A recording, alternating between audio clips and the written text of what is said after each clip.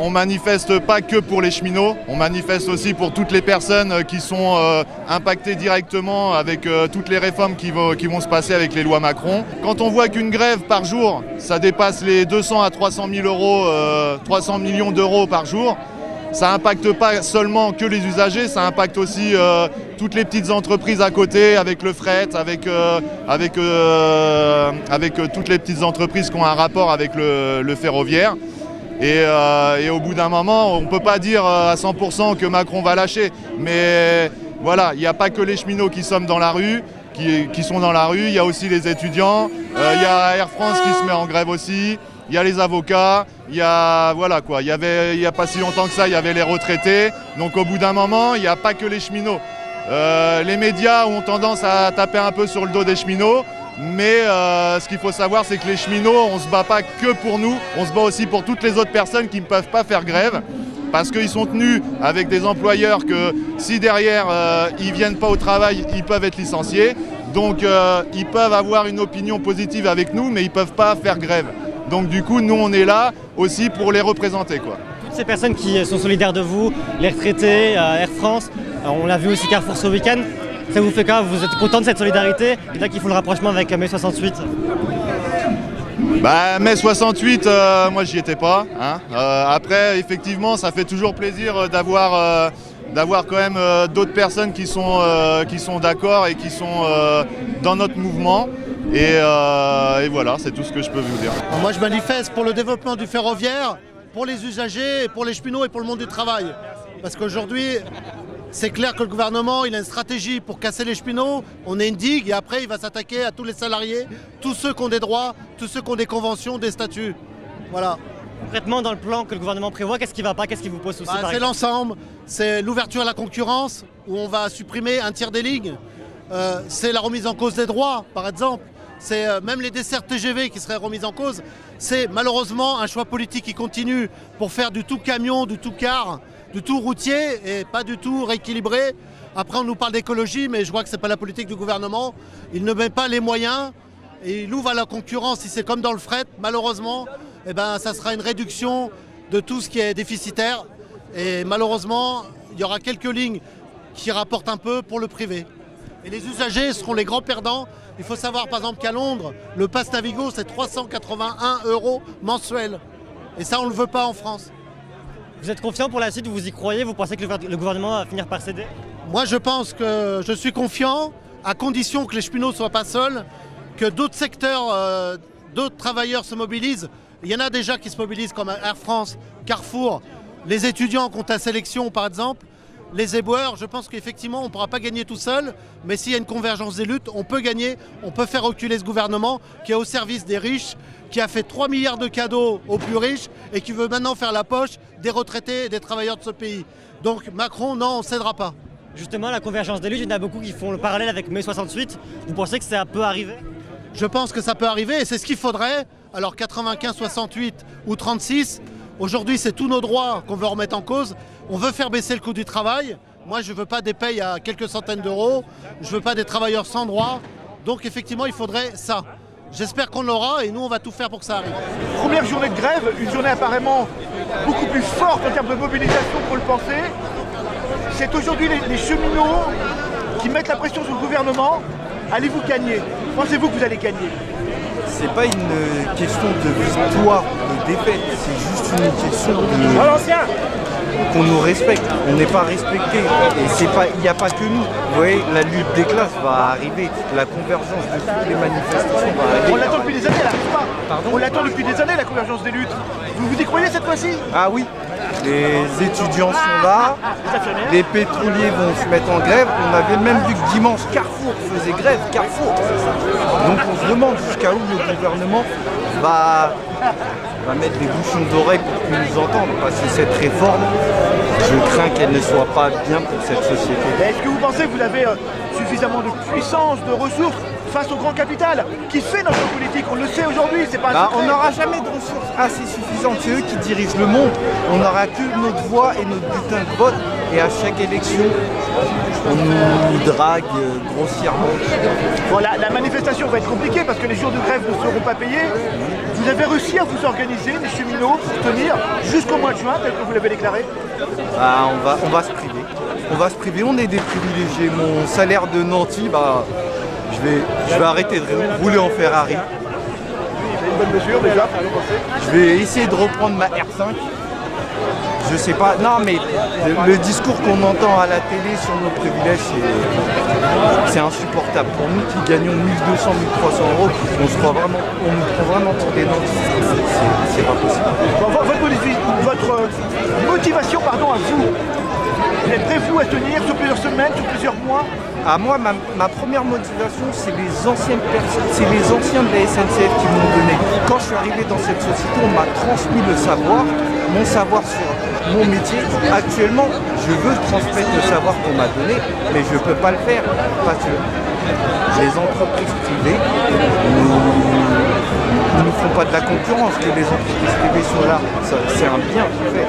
Mais perso, dans mon métier, c'est la meilleure chose qui va m'arriver parce que elles font des conneries, moi je rattrape leurs conneries, donc j'aurai toujours du travail. Mais je ne sais plus quoi vous dire sur cette réforme parce que j'ai pas l'impression que c'est ceux-là qui travaillent qui prennent les décisions, c'est ceux-là qui sont dans leur tour d'ivoire qui prennent la décision pour les gens qui sont sur le terrain. La réforme elle est faite pour l'intérêt de qui? Des puissants. On va finir que on va devenir, ça va être comme les sociétés d'autoroute. On a privatisé on a privatisé les sociétés d'autoroute il y a une dizaine d'années en nous disant oui ça va être moins cher et toutes les années on voit 2% d'augmentation. Merci, ça va être pareil pour les billets de train. Je garantis que les voies, les lignes qui ne seront pas rentables ne seront assurées par personne, à part les autocars et on nous parle de pollution, d'environnement, de la CAP 21, je sais pas, je voudrais qu'un gouvernement sur 5 ans ait un discours logique, pas sur une année on nous parle de la COP 21, le lendemain on va nous parler des bus Macron et après on veut privatiser le chemin de fer. Je sais pas comment on marche. J'ai l'impression que des fois les politiciens mettent leurs chaussures et ils marchent sur la tête. Ils marchent sur la tête, franchement ils sont... Ça va? Ouais, et toi? Alors dis-moi. À laquelle gare t'es toi? Ah, moi je suis pas à la gare, moi je suis un pauvre contractuel, moi. Et alors? Qui va subir les conséquences. Comment est le moral? Le moral, il est comme pour les cadres permanents, hein. Il est pas facile. Hein. Parce que je pense que, évidemment, tout le monde est en grève ici. Ça serait quand même malheureux, non? Tu perds une journée, là? Ben, normalement, je dois perdre une journée. Mais c'est pas fini. Hein. Non, je sais. Bon courage. S'il vous plaît. Pardon. Excusez-nous. Bonjour. Il y en a du monde ici. Parce que les médias font une campagne de harcèlement contre les grévistes. À chaque fois, c'est ça l'enjeu. Mais au fond, ça se résume à dire est-ce que le pays est prêt à défendre ses services publics ou pas? Alors c'est l'enjeu de la lutte. Hein. Nous allons voir. Mais moi, je crois que, de toute façon, l'état d'esprit en général, c'est les gens préfèrent ce qui est simple. Donc ils préfèrent qu'il y ait des trains, mais ils aimeraient bien qu'il en reste. Alors il faudrait savoir, parce que pour qu'il en reste, là, il n'y en a pas. En marche les amis, en marche! En marche la République! Brigitte vous embrasse, hein. Elle est à une association caritative, elle n'a pas pu venir, mais elle est avec nous. Hein. Moi dans la famille, on avait beaucoup de gens qui étaient dans les hôpitaux en fait. On ne sait pas où, mais dans les hôpitaux, on est solidaires. En marche!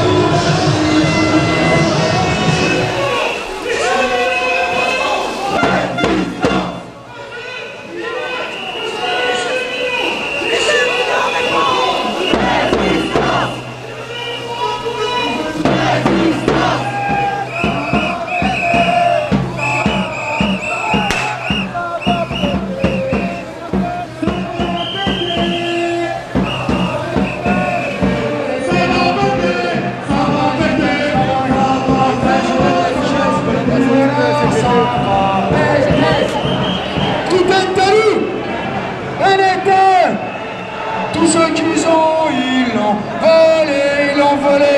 Partage les richesses ou alors ça va péter.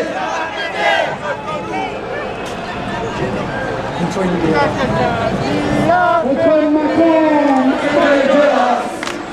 Il a dit c'est dégueulasse.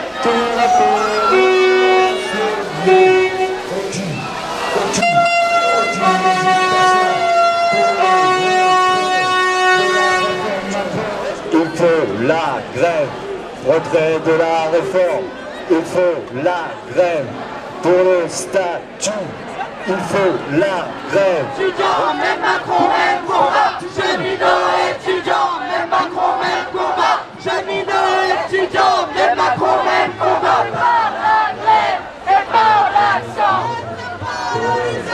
C'est pas résiliant, c'est pas dans les salons qu'on obtient la satisfaction.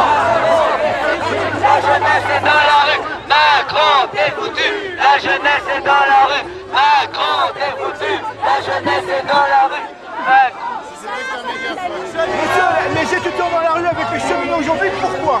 Parce qu'en fait on soutient les cheminots, on se rend compte que les cheminots aujourd'hui le statut est vraiment mis en danger, mais pas seulement leur statut, il y a aussi les réseaux ferroviaires aussi qui sont menacés, et en fait on en profite aussi pour les soutenir, mais aussi pour parler aussi de notre cause, notamment la sélection qui touche les étudiants, mais aussi les lycéens. Et en fait on essaie de faire une convergence de lutte, c'est ça le mot de cette manifestation, c'est-à-dire manifester aux côtés des cheminots pour aussi faire valoir nos droits, mais on est aussi, on les soutient. Oui, parce qu'en ce moment il y a beaucoup de facultés bloquées. C'est exact, j'ai lu que sur 55 facs en France, il y en a 13 qui sont bloquées. Et à Paris aussi ça bloque, il y a Clignancourt, c'est Paris 4, qui a été bloqué, il y a aussi les facs de Juviseux, il y en a beaucoup, mais on essaye de montrer qu'on n'est pas d'accord et qu'on ne se laisse pas faire. Alors aujourd'hui on voit, vous avez parlé de la convergence des luttes, on voit beaucoup de corporations dans la rue, les infirmières, les infirmiers, les cheminots, les magistrats, les avocats, les lycéens, les étudiants. On va vers quoi? Vers un grand mouvement social pour vous étudiants, comment vous le voyez? On espère qu'on va vers un grand mouvement étudiant, un grand mouvement social, pardon. Et franchement, on espère que ça va prendre de l'ampleur, parce que certes, il y a les médias à côté qui essayent un peu d'étouffer, de nous diviser, mais en fait, notre mot d'ordre, comme vous l'avez vu lors de ces manifestations, c'est vraiment la convergence de lutte, et c'est pour cela qu'on essaye de montrer qu'on est vraiment solidaires entre nous, et qu'on ne se laissera pas faire face aux réformes du gouvernement. Le capital, le système économique et financier qui fait la politique n'est pas trop fort aujourd'hui. C'est-à-dire que comparé à avant, l'État faisait en sorte que les citoyens soient égaux en droit et égaux dans le besoin. Sauf que maintenant, avec la politique du gouvernement, notamment Macron, et même depuis qu'on appartient à l'Union européenne, et ben en fait les services publics et notamment tout ce qui faisait le lien, l'unité de la citoyenneté française, et ben en fait maintenant cela est menacé maintenant. Donc c'est pour ça que je suis totalement d'accord avec vous, le capital a fait en sorte que les écarts de richesse entre l'écart des richesses et les classes populaires, voilà, les classes, et ben, soient de plus en plus importants. Il faut lutter, il faut lutter, c'est tous ensemble qu'on va gagner, c'est tous ensemble qu'il faut lutter, c'est tous ensemble qu'on va gagner, c'est tous ensemble qu'on va gagner, et la fin de la misère de cette société-là, on n'en veut pas, la colère, les jeunes en misère de cette société-là, on n'en veut pas. Statut pour le service public, il faut la grève.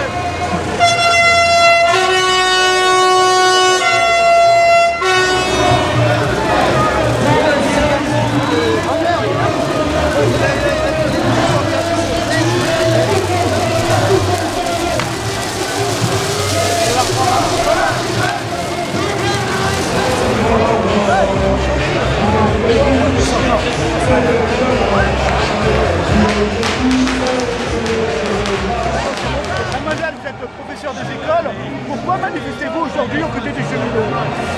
Bah nous déjà on est en grève, bon on n'est pas très nombreux professeurs des écoles en grève, mais on est en grève parce qu'ils suppriment les classes, ils ferment des classes, on va se retrouver avec des effectifs super élevés et des conditions de travail dégradées. Donc ça c'est la première raison pour laquelle on est en grève. Et on pense en fait que si on était en grève tous les secteurs tous ensemble, bah, Macron il serait obligé de répondre quelque chose face à la colère de tous les secteurs. Donc c'est pour ça qu'on pense qu'il faut être en grève aujourd'hui. Vous croyez vraiment que le gouvernement est prêt à céder à la rue en cas de très forte mobilisation? Je sais pas s'il est prêt, mais en tout cas si l'ensemble des secteurs ils se mettent en grève reconductible en même temps, c'est pas qu'il est prêt ou il est pas prêt, il sera obligé en fait de céder. C'est quoi le mal de notre société aujourd'hui? Comment vous l'analysez? Mais le mal c'est qu'ils engraissent les riches en prenant aux pauvres, en vérité c'est ça. C'est le capital. Bah ouais. Donc pour vous, pour des miettes, est-ce que dans votre corporation, on ne va pas privatiser l'éducation, comme on va privatiser les cheminots, la santé?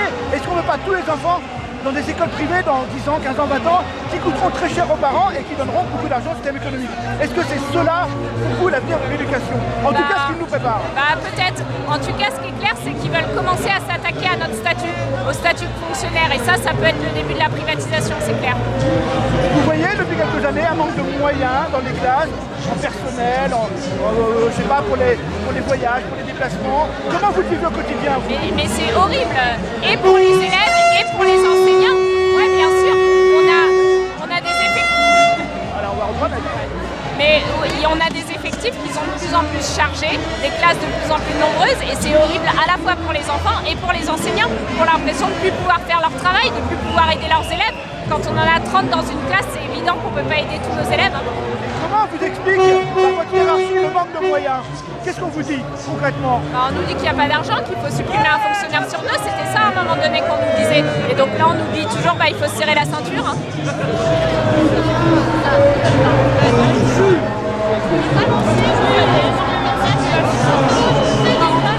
Hey, pourquoi? Je vous entends pas. Et encore une fois.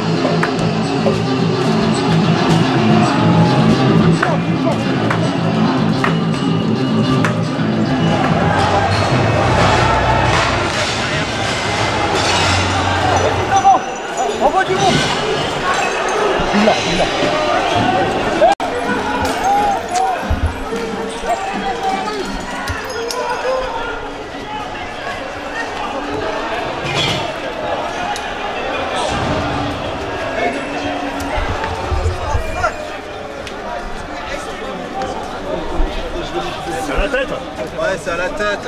J'ai été frappé, j'ai montré la plaque. J'ai de l'eau, tu veux de l'eau? Donnez ça avec un antiseptique. Tu veux un peu d'eau ou pas, non? Non, ça va aller pas d'eau, ça va aller. Vas-y.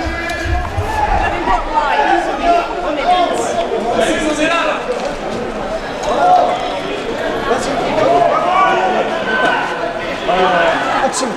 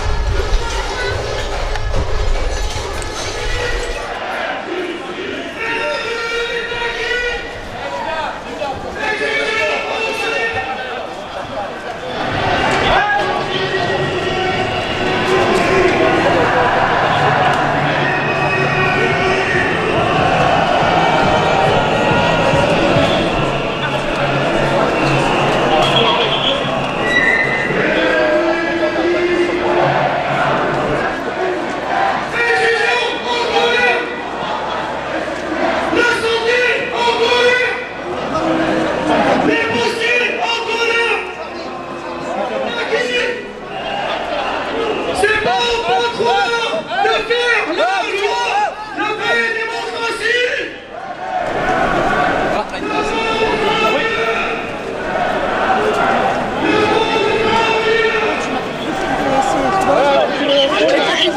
Oh, ouais, reculez quand on vous dit reculer, reculez. Voilà, c'est tout. Mais ça va pas. Pardon? Ça va très bien, ça va?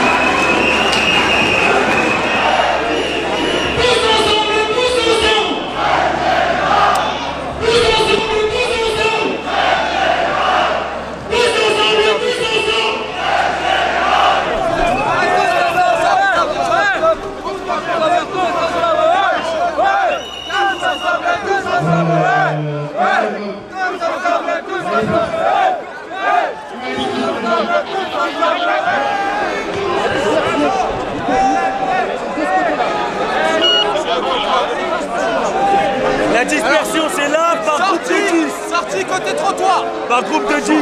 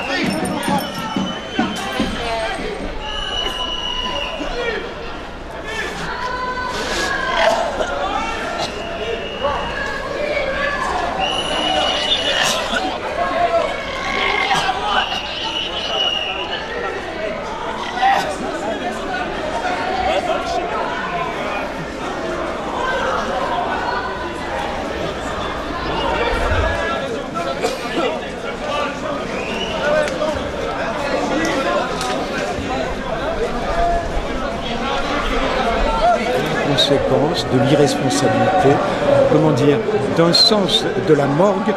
Il y a beaucoup de sentiments de la part de ceux qui nous gouvernent, le sentiment d'être au-dessus et qu'ils savent à la place des gens qui travaillent, qui ne travaillent pas, peu importe les catégories. Il y a ce sentiment qu'ils sont les puissants, qu'ils sont les plus forts. Vous savez, Macron a été comme cela appelé Jupiter, mais c'est ça que tous les jours nous vivons. C'est indécent. Vous avez le sentiment qu'ils vous asservissent? Pardon? Vous avez le sentiment d'être asservi comme les cheminots? Écoutez, moi, hélas, j'ai fait ma carrière à l'hôpital. J'ai vu le délitement à l'hôpital. J'y étais encore à l'hôpital depuis 1 an. J'ai vu cette catastrophe-là qui a été, n'est-ce pas, qui s'est échelonnée sur des années et des années. La catastrophe, elle est là aujourd'hui. Pourquoi vous soutenez les cheminots? Mais parce que ce qui se passe pour les cheminots, c'est passé déjà pour l'hôpital, se passera à nouveau pour l'hôpital, pour l'éducation, etc. C'est une sorte de symbole ce qui se passe. Ils attaquent les cheminots parce que, évidemment, les cheminots, avec leur grève, rendent beaucoup, comment dire, la population un peu contre ce type de grève. Mais vous savez, à l'hôpital, j'y ai travaillé pendant plus de 40 ans. Quand j'étais en grève, personne n'était gêné, n'est-ce pas? Et pourtant, quand il y avait des manifestations, la même police venait nous matraquer. D'accord? Donc là, pour nous, enfin pour moi en tous les cas, je ne parle que de moi, ce qui se passe, c'est que cette attaque contre les cheminots est une attaque qui s'adresse à l'ensemble de la population. Ceux qui sont les plus pauvres, ceux qui n'ont pas de travail, les immigrés, je n'en parle pas, vous avez vu toutes les lois qu'ils sont en train de prévoir. Bref, ce monde-là est en train de tourner à une véritable farce, mais ce sont les plus démunis qui en font les frais. Donc c'est important d'être solidaire. Et nous verrons par la suite comment les choses vont se passer pour d'autres catégories, hélas. J'ai une dernière question. Là, la manifestation a été un peu tournée court. Vous trouvez ça dommage? Vous savez non, pourquoi? c'est pas ce que je trouve dommage. C'est que vous savez, la police, bien sûr, est aux ordres. Et la police a décidé de ne pas permettre le déroulement jusqu'à son but, c'est-à-dire jusqu'à la gare Saint-Lazare. Et ici, moi je connais bien, j'habite là. Et la rue ici est tout à fait propice à bloquer tous les manifestants. Au risque, bien sûr, qu'il y ait des incidents. Et dans des rues aussi étroites, le moindre mouvement de foule, ça peut être terrible. Et je trouve là encore, il y a une inconséquence, une irresponsabilité. Et je trouve que c'est parfaitement humiliant que de faire sortir encore les gens un par un. Mais enfin, de quoi s'agit-il? Nous manifestons, c'est un droit constitutionnel. Et on nous demande après de sortir un par un. Et qu'est-ce que c'est que ça? Moi, je me sens profondément humilié de cela, c'est tout. Donc ce monde, bien sûr, est un monde à défaire pour le moins. Merci. Je vais juste demander votre prénom, est-ce que vous faites dans la vie? Yves, moi j'étais cadre infirmier à l'hôpital. Et donc jusqu'à l'année dernière, puisque maintenant je suis à la retraite. D'accord, voilà. je vous remercie. Je vous en prie. Yves, au revoir. encore un tout petit mot, s'il vous plaît. Que pensez-vous, alors vous avez répondu en partie, mais de tout ce transfert au secteur privé, de nos services publics qui ont été payés par nos anciens? C'est c'est un rouleau compresseur, n'est-ce pas? Un véritable rouleau compresseur. On fait catégorie par catégorie, n'est-ce pas? Les postiers, l'hôpital externalise beaucoup déjà, vous savez. On en parle beaucoup de l'hôpital. Oui, et voilà, et on est dans la merde. Et le truc, l'hôpital, si vous voulez, si les gens manifestent, ils ne bloquent rien. Parce qu'ils sont réquisitionnés et on est là pour soigner 24 heures sur 24. Donc moi je trouve qu'aujourd'hui, la moindre des choses, c'est d'être solidaire de ce qui se passe, parce que c'est l'ensemble de l'organisation sociale qui est touchée. Et je crois qu'il y a une chose qui est certaine, ils ont des intentions, ils ont des programmes. Le reste, le pire est devant nous, quand ils auront passé la vitesse supérieure, que ce seront d'autres services publics qui seront attaqués. L'hôpital est en pleine détresse et tout ça, ils s'en foutent royalement. Beaucoup de gens nous parlent de l'unité des travailleurs, l'unité syndicale. Vous croyez à cette unité, comme elle a pu exister en 68, dans les années 70-80? Est-ce que cette unité des ouvriers contre des réformes aussi antisociales, on peut le dire, est-ce que vous y croyez, vous? Je n'y crois pas pour la simple raison que tant que nous aurons des bureaucraties syndicales, telles qu'elles sont, qui négocient, comme l'a à un moment déclaré d'ailleurs le Berger de la CFDT, il est prêt à ce qu'on l'appelle même la nuit, y compris la nuit. Ça veut dire que certains qui occupent ces postes, ils ont été élus dans leur propre syndicat, continueront, n'est-ce pas, à avoir des politiques qui sont pas du tout représentatives de l'ensemble de leurs syndiqués ou l'ensemble de la population, ben on est dans la merde. Et je crois qu'il n'y a pas d'autre solution, effectivement, que de créer les conditions. C'est à la base qu'on doit traiter cela. Cette unité, elle se fera à la base ou elle ne se fera pas. Alors une toute dernière question que je pose à tout le monde. Une toute dernière, pardonnez-moi Yves, parce que c'est très intéressant ce que vous dites. Est-ce que le système économique et financier, le capital, n'est pas aujourd'hui trop fort? C'est pas qu'il est trop fort, c'est qu'il n'a jamais été aussi fort. Mais pas simplement ici, sur l'ensemble de la planète. Oui. Et nous le savons, vous savez, 68, c'est une chose relativement simple, c'est la première fois qu'il y a une véritable attaque contre la société marchande. Debord a décrit tout cela, c'est la société du spectacle. C'est dans tous les aspects de la vie quotidienne, y compris quand vous allez faire vos courses, y compris quand vous allez les loisirs, etc. Tout aujourd'hui est l'objet de marchandises. D'ailleurs que nous ne sommes pas libres d'aller ici ou là, nous sommes libres d'une seule chose, de sortir nos porte-monnaies et surtout de penser ce qu'ils veulent bien qu'on pense. Les choix sont déjà faits par eux. Voilà. Donc ça veut dire que c'est le le grand marché à fond en venir, c'est commun. le marché de la santé. Oh là, Oui. bien sûr. Qui a été dans notre société. Bien on a sûr. fait une santé d'État depuis l'après-guerre. Mais le système économique veut récupérer son pactole bien pour la santé. sûr. Vous partagez cette idée-là? Ah bah, je suis convaincu qu'ils veulent cela. Les assurances, les grands groupes sont là pour évidemment prendre la plus grande part du gâteau, la sécu, ils veulent la bouffer, etc., etc. On est dans la merde pour l'instant. Donc arrêtons de chanter, comme disait l'autre, les pieds dans la merde. Il est temps quand même que tout ce monde dégage. À bientôt. Au revoir.